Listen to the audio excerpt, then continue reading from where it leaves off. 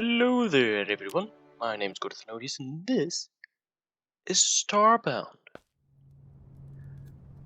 I have some news for you, ladies and gentlemen. I have some very, very sad news for you. I discovered and collected a pair of action figurines. Yeah, I guess I can't actually look at that. The label reads, "It's made from a springy substance," and I can't read the Ixodoom statuette because they're over each other. A parasitic aberration grown from within nourishous crystals. And then there's "It's always on edge. It walks sideways and erupts at the slightest confrontation." Now, ladies and gentlemen, I will be reading Hylotl literature. Yes, so let's go at the "Never invite another kid to tea." Oh my god, this is 7 pages long. My dear Itsuki, I write this letter to you from the remains of my camp. It appears that missionary work is more difficult than I anticipated. Despite the training received, I was woefully unprepared for creatures such as these. The morning began as peacefully as one could expect on an uncivilized planet like this. Nonetheless, it was chosen so that I may spread Hylotl peace to the less fortunate, so I was determined to rough it. I placed my tea atop a gentle flame and eased myself into my morning meditation as usual. However, I could hardly achieve a state of enlightenment for the cacophony that soon assaulted my ears from beyond a hill. After a calming breath, I set out to investigate. A brief hike to the top of the hill revealed 2 alien life forms, shining like beacons, each with a marking atop their face. A search through my xenobiological handbook revealed these to be Novakid, a primitive gaseous species. The two, glowing blue and yellow respectively, whooped and hollered as one strummed a guitar, creating some semblance of music. What better specimens to enlighten than these creatures, thought I. I strode down the hill. They seemed wary of me, but I assured them that I meant no harm. I introduced myself in customary fashion, and they returned with their names. The blue one, Bonnibel; the yellow, Nim. They possessed a most ridiculous accent. Nim extended his hand, and I, assuming it was a customary greeting, reached out in response. The savage shook my hand with a vigor that nearly toppled me, the whole exchange quite uncouth. Determined to civilize these ruffians, I invited them to tea, as tradition dictates. They seemed very excited at the prospect, eagerly following me back to my camp. My tea boiled, and as I prepared the proper settings, the Novakid perused my camp. There was not a single ornament they were not curious about. Their filthy hands touched all my perfectly aligned furnishings. They shattered my favorite coral sculpture. Nevertheless, I knew I could enlighten them. Over tea, I spoke about opening their third eye to the world. They seemed to barely pay attention. The tea I served was my finest blend, but after a single sip they dropped my cups, shattering them on the floor. I struggled to remain calm as Bonnibel removed a jug of some liquid and passed it between herself and Nim. Perhaps I could earn their trust by partaking in this cultural tradition, I thought. After a hesitation, they allowed me the jug. Maybe they're warming up to my teachings after all. Those thoughts faded away after I lifted the jug to my mouth. The drink burned down my throat, and after one sip I fell unconscious. When I awoke, Bonnibel and Nim were gone, leaving me in my battered camp nursing a terrible headache. I end this note with a warning for your missionary travels, Itsuki. Never invite another kid to tea. Well, that's interesting. Okay, thank you for letting me know. Letter from the librarian. Let's read that. Boop. We have had word. They're going to sink the library. And so this temple of knowledge slipped further into the shadow that has darkened our great civilization. Soon, like all else, it will rest beneath the waves. Construction has already begun. The structure is almost viable already. I fear that the humidity will do what the humidity will do to the older volumes, but better the damp than the florin. They have destroyed everything else. They must not get the books, too. Oh my god. I'm so unhappy that the Florin are these savages who somehow managed to travel through the universe and almost eradicate the Novakid, the Hylotl, after already eradicating another sapient species. This is fucked up.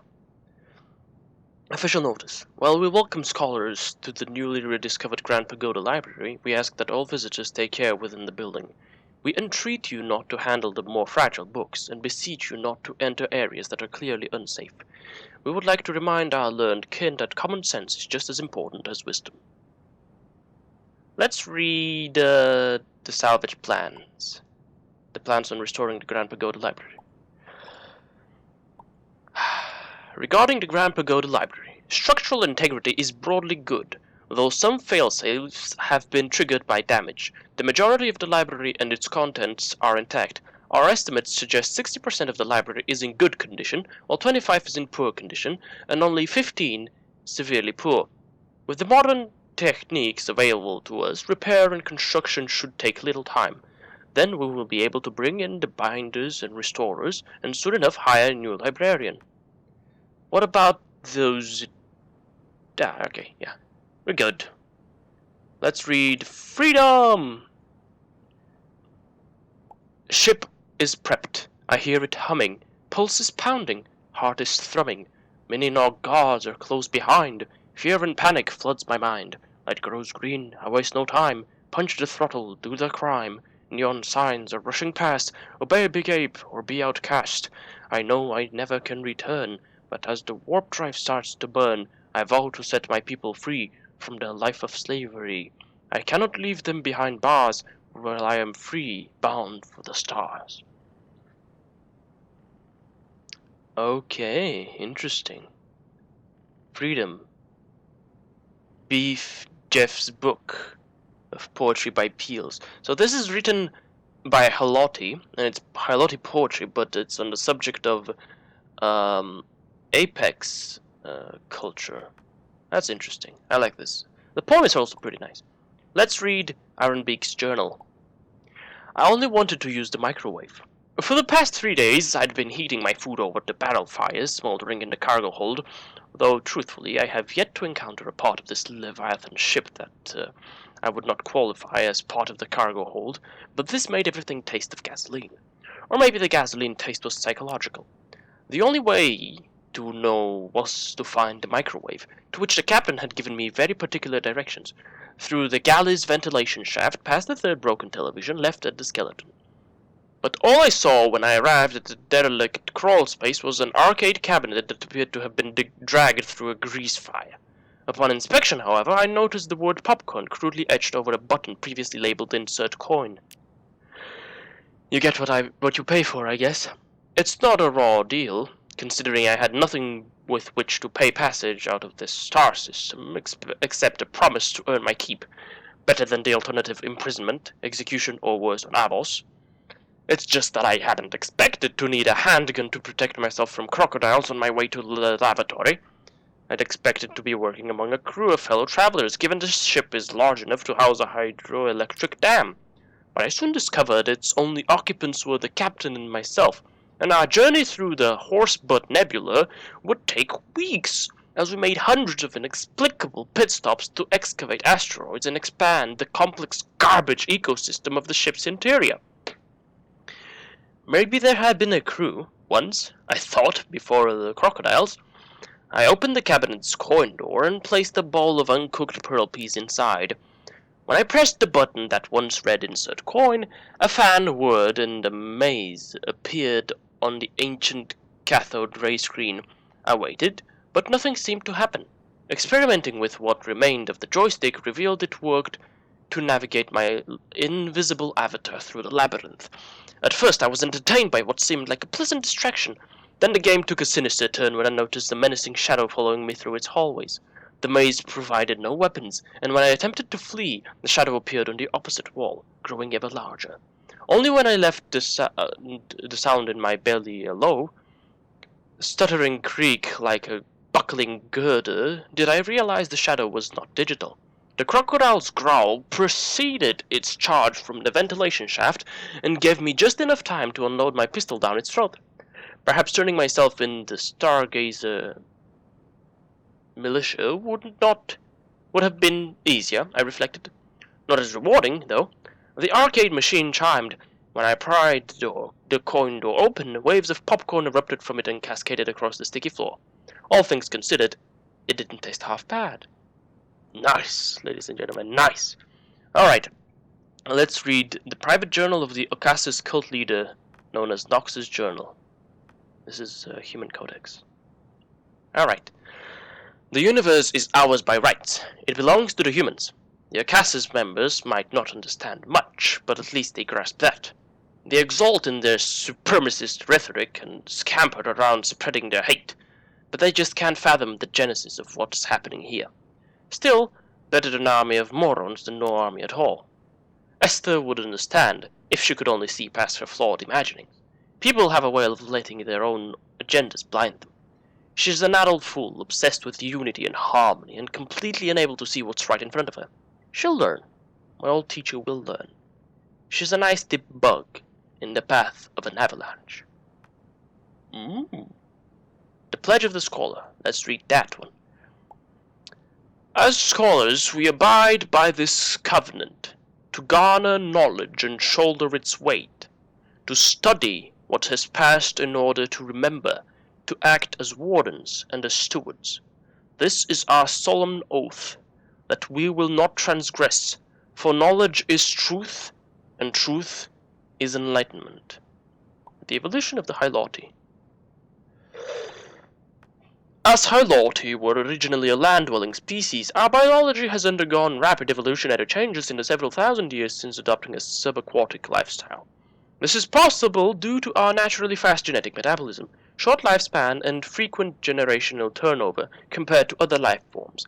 After initially relying on Hylotl technology to aid in swimming and breathing, our bodies began to develop fin-like protrusions and retractable webbing between fingers and toes. It is still a necessity for Hylotl to breathe air, but our increased lung capacities allow for prolonged sessions of deep-sea activity, and when appropriate can be utilized as a buoyancy aid. Modern Hylotl also have the ability to see clearly in both air and water unaided, despite the differences in density. To train the warrior. A Hylotl warrior must be trained in many arts, not only those of the martial kind but that must be used in defense of their kindred, but also those that serve to keep the fighter centered. Philosophy must be their refuge, so that they might come to understand the world and their place within it. They must accept the notion that all living things are intertwined, should recognize themselves to be as mighty as the greatest beast and as fragile as the smallest bug. Alright, wonderful. I'm not gonna read side effects of the VEP, which is obviously inspired by the FEV from Fallout, because why would it not be? That's store all the stuff we read. Many books, ladies and gentlemen, many books. Okay, let's go to the Ark and have a little chat with Esther. Because something might be off. Astra Nox is an apprentice, and she's like a white supremacist, but it's a human supremacist, which is far worse, honestly. It belongs to us, to humans. If we were looking at the rules, it probably belongs to the Florence, because they slaughtered everything. Hello, Nuru. Goodbye, Nuru. Hello, Esther. Well done for saving the artifact, dear. They're powerful objects, and not safe in the wrong hands. Avian's next, I think. Probably best to go to planets where jungle terrain is in abundance. Avians like to inhabit such places. You'll find these kinds of planets around radioactive stars. See you soon, dear. Be careful, and happy hunting. And there he is. Kishi? Koichi. Oh. A grand avian sarcophagus. Okay. I think that's that. Look at that. We have two artifacts. Blue and green. Green being the Floran artifact, because Florans are green. Get it? And blue being the Hylotl artifact, because Hylotl are blue. Interesting. Well, never mind that. Look at that. I have some stuff. I got some manipulator modules. What am I gonna do with those? Can I sell them? How much money am I gonna get if I sell them? Who can I sell them to? Like, that's 62,000. I'm gonna get like one of those costs 1,000, so it's like 5. It's 20% of the total value. Can I sell stuff to you? Nah. Still, the value is not perfect. There's probably a ship or a store to which I can sell my things and get a good value for them, but I'm not aware which one it could be. Okay, that's pastel. Okay, Terramot. You take like a fifth of the actual price, which is very, very disconcerting. Like, okay, hello. How can I do 100? All right. Apparently, I'm not selling that, ladies and gentlemen. I'm not selling that. Let's beam up. And I think that's gonna be the end of this episode. If you're wondering, but Gordoth, isn't there a secret that you missed? Turns out there's no secret that I missed. In the Grand Pagoda Library, there is no back item. Which is a shame, because I was hoping I'd get the banner on my back like a samurai, then I was gonna put on all the samurai set and I was gonna run around like a samurai. Yeah! It was gonna be cool, but apparently not. Which is a shame. Well, in any case, thank you for watching. I hope you enjoyed and I hope I get to see you next time. Farewell.